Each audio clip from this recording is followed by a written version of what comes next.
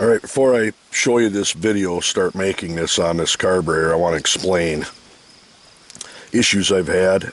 Going past high idle on this, you start getting over 10 miles an hour, it would bog down, and after it warmed up it did alright. Well, what I'm about to show you as far as taking a carburetor off, I'm putting a 130 size main jet in, which is 1.3 millimeters. Let's go ahead and show you the video on what I did, and then we'll take it for a drive. What we got here is a 150cc GY6 engine for a go-kart, and I'm going to do is pull this carburetor off. A lot of these carburetors are pretty much the same. And what I want to do is basically do a little bit of a performance upgrade to it and get rid of that tamper-proof screws that are on it. And I purchased another carburetor on eBay. You can pick them up down to $30 or less sometimes, brand new. So we're going to go ahead and then we're going to start pulling this carburetor off, which should not be very hard. A couple hose clamps and pulling off the throttle, which is 2 screws holding that on. And once you do that, you can pull your carburetor out after you unhook your vacuum lines and that. And so I'm going to go ahead and start taking this off. Now if you notice, this is the carb that I just took off. There's a new one. These screws, them are tamper proof. You'd have to basically take a Dremel or something to cut slots in them. Same with the top of it. And the new carb, I got Phillips screws on there so I can take that bottom off and install a bigger jet on it. Alright, I pulled them 4 screws off, and this bottom bowl basically just comes right out. Make sure you don't mess that O-ring up or lose it. And get dirt all over it. Now, your main jet will be the one on the right, the long one sticking out. And right here is the main jet, and this is the idle jet right down in here.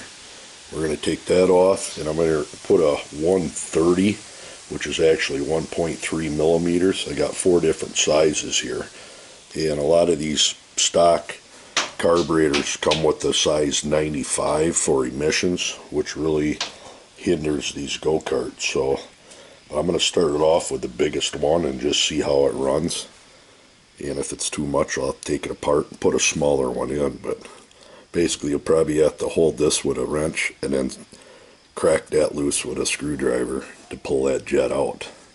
Right on the right is the stock one, and on the left is the 130 millimeter.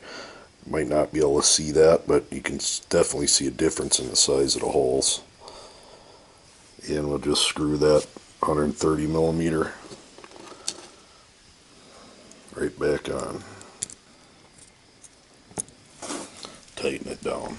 Now if you're just replacing a jet on your stock carb, make sure your float and everything works good, and your needle valve to supply the gas is all setting in there good. Check everything out. It wouldn't hurt to take it apart and clean it up a little bit, but like I said, this is a brand new carb, so I don't have to take this off. It's pretty simple to pop all this out of here. It's not hard. Pop that pin out and your float will come out, and you pop your needle back up and clean it out good with carburetor cleaner, and clean out any passageways and stuff and clean it up real good and dry it, and put that needle valve in. Alright, once you got that in, you go ahead and you can put your carburetor back in and start hooking things up. So I'm going to go ahead and basically plug it in same way it came out. Okay, I got everything hooked back up. Make sure all your hoses and cords and everything are hooked up right. You're feeling that. Now here is your idle adjustment. This doesn't adjust the richness of that carburetor on the upper end. It's just for idle.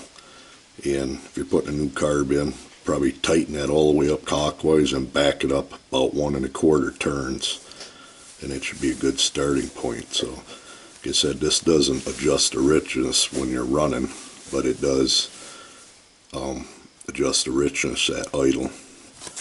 And if you're putting a new carb on, you're going to have to adjust your throttle, which, if you can see, that is right here. I don't know where that's set, so I'm going to back this out and start it up and see what happens and check for leaks. Alright, I'm going to go ahead and turn it over first time.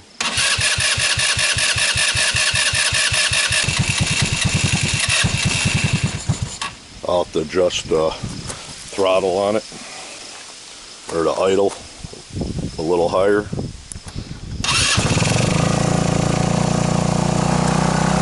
Got the idle too high right now.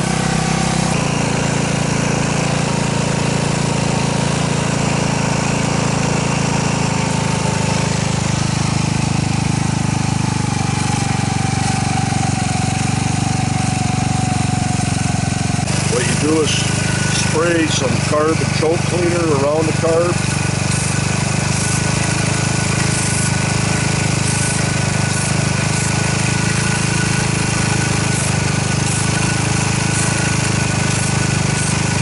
Hear a rapid idle increase, you know you got a vacuum leak.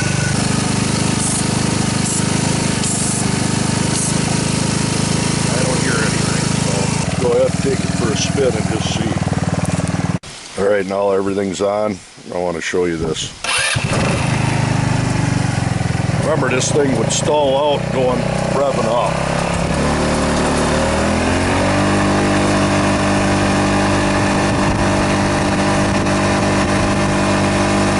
This is going uphill.